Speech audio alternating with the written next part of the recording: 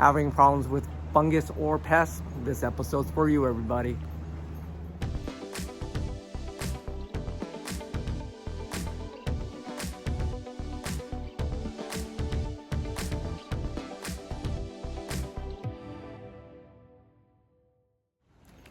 Hi everybody, welcome back. Yeah, it's been a crazy season.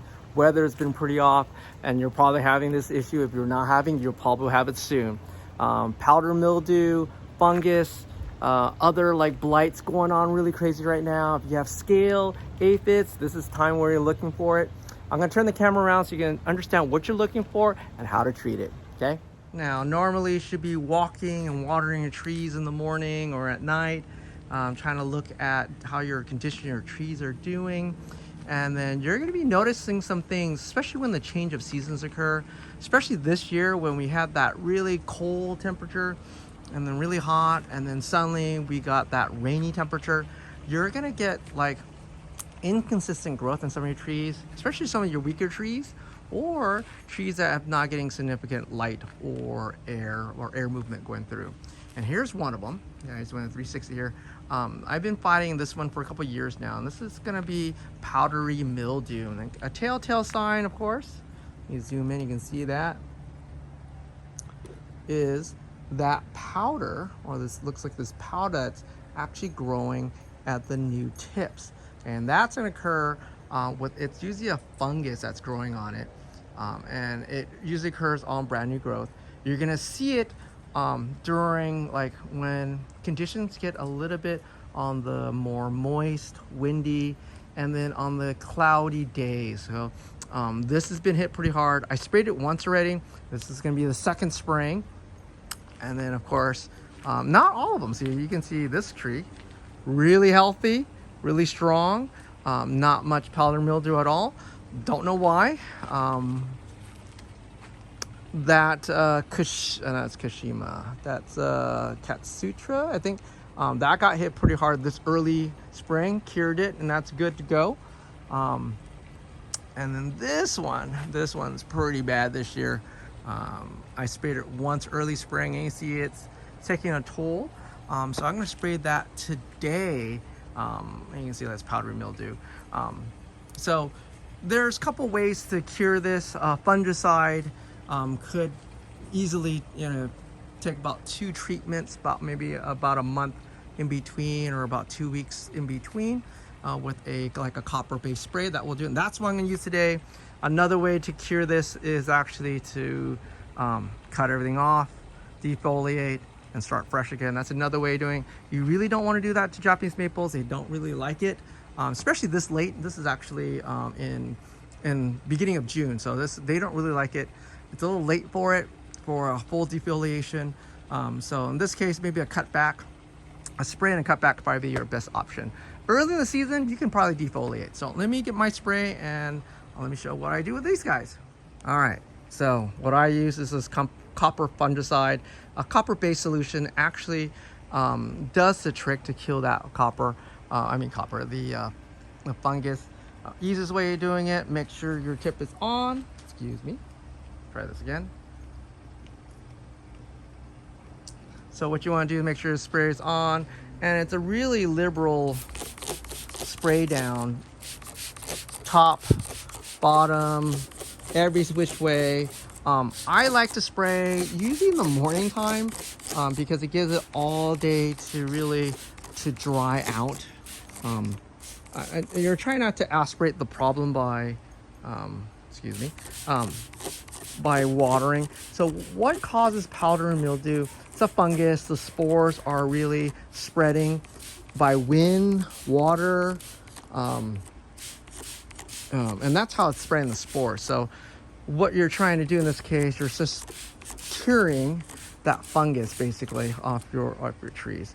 It's gonna look ugly probably until the new growth comes out, but luckily I'm just treating this one, letting it sit for a couple of days, and then of course I'm gonna start trimming this guy back. So this is actually one of our the neglected forests, Japanese maple forest. That's this guy. All right, I'm gonna put the camera down.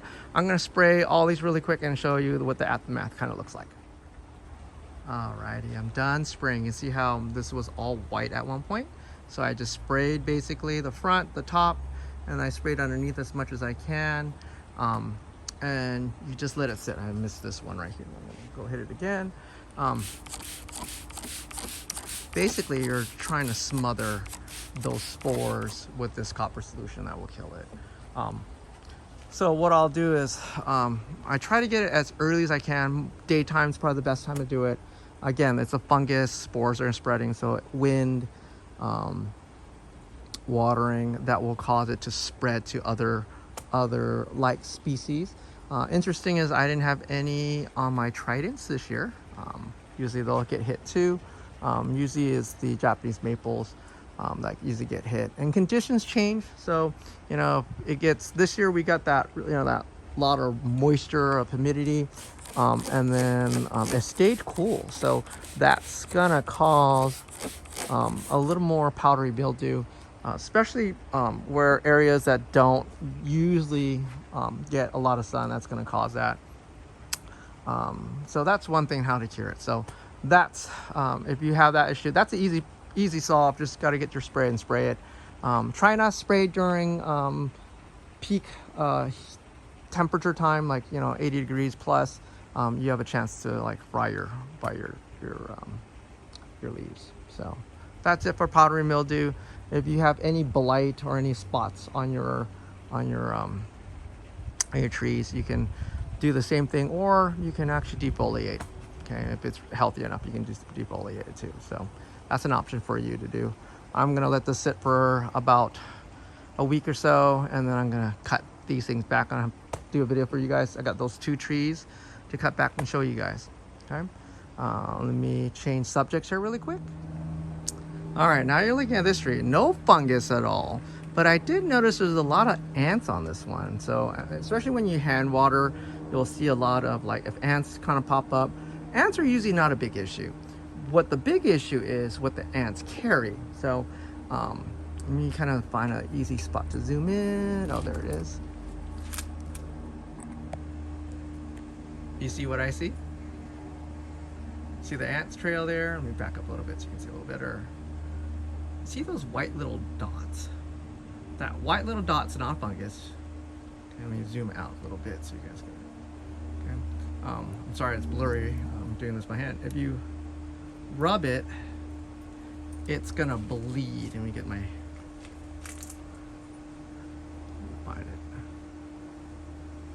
See the little gunk on the very edge? Those are scales.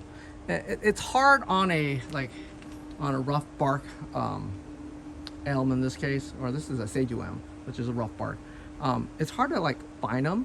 And these ants, you can see those little ants, they're little black dots running up and down this trunk. What they're doing, they're farming. So they're moving those scales to different spots. So really, the scales is sucking basically the sap, or the phloem, the sugars from this tree into the scale, and the ants are eating whatever the scale is providing, and they're moving them like little cows. So easy way to get rid of them. If you want to kill the ants, that's one way, but the little scale is still going to be there. What you need to do is spray with a horticultural oil. What was recommended by Lindsay Shiba was a all seasons, basically a horticultural oil. Basically, it's mineral oil. It's horticultural, not the one you eat. I did a quick conversion. They said like a gallon to something, like a little under a teaspoon to about 1,000 ml, which is about 1,000 ml. Shake it really well, and then just like the fungicide spray, you're just gonna smother. Okay, you're gonna smother the scale that's on your tree, and you might have to do this several times. Ooh, excuse me. Might have to do this several times. And what you're doing is you're putting this horticultural oil onto your tree, onto your scale, and you're suffocating them. Normally, another way you can do it is with the tweezer. You see what I did with the tweezer, and you actually can pick each of the scales off. Like you can see the white, you can pick all the scales, That's one way if you don't want to use a horticultural oil. You kind of pick right off like that. But because this is a Seiju elm, has that rough bark, it's hard and it's difficult to like scrape most of those scales off. So that's what I recommend you guys to do. But if it's if it's on a Japanese maple, I can just run my fingers. So it's just kind of like slip right through my fingers through it, and that's easy peasy. But in this case, with a rough bark like this, you can't really get in between it. It's kind of difficult. And I'm going to air layer this guy, so this is what I'm going to be doing. I got some good sacrificial branches to use, and that's what I'm going to be using. Alrighty, so here's the next common one. If you have a juniper like I have here, and you see some yellowing spots, you don't know why it's yellowing. It could be overwatering, but another thing you can look for are little mites or spider mites. They look like little peppers that jump.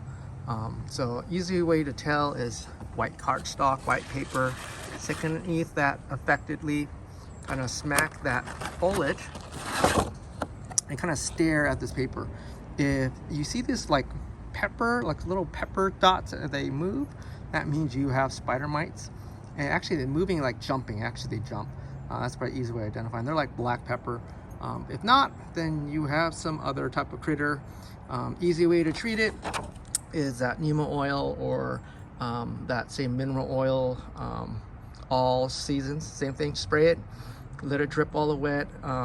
Easy way to cure spider mites for me is really the dry conditions. So another way to really is to wet this foliage during the summertime. But that's really effective with Kishu. This is Itaagawa. It doesn't affect it that badly. So off to the next bug here. All right, here's our next common pest that you may have, are aphids. You see right at the tip here. These are pretty common on usually like the fleshy new growth. So my suggestion, or my easiest way to get rid of it, is actually blast it with water. They kind of really rub right off. Another thing, you can rub your finger through them to crush them. And then if you don't want to crush them, again, that neem oil all season, that will do a pretty good job on them. Now, if you guys like this episode, like and subscribe. Thank you for watching. Again, the couple items I used was a copper fungicide. I think bought that from Lowe's, and this is an all oil. It's a 1:1000 ratio, or ml ratio, which is like one of these spray bottles I recycled for your horticultural oil. Again, keep an eye on your trees, especially when conditions changes, and it really will help you guys out. If you guys like this, like and subscribe, leave a comment below. I'll see you guys next time. Bye-bye.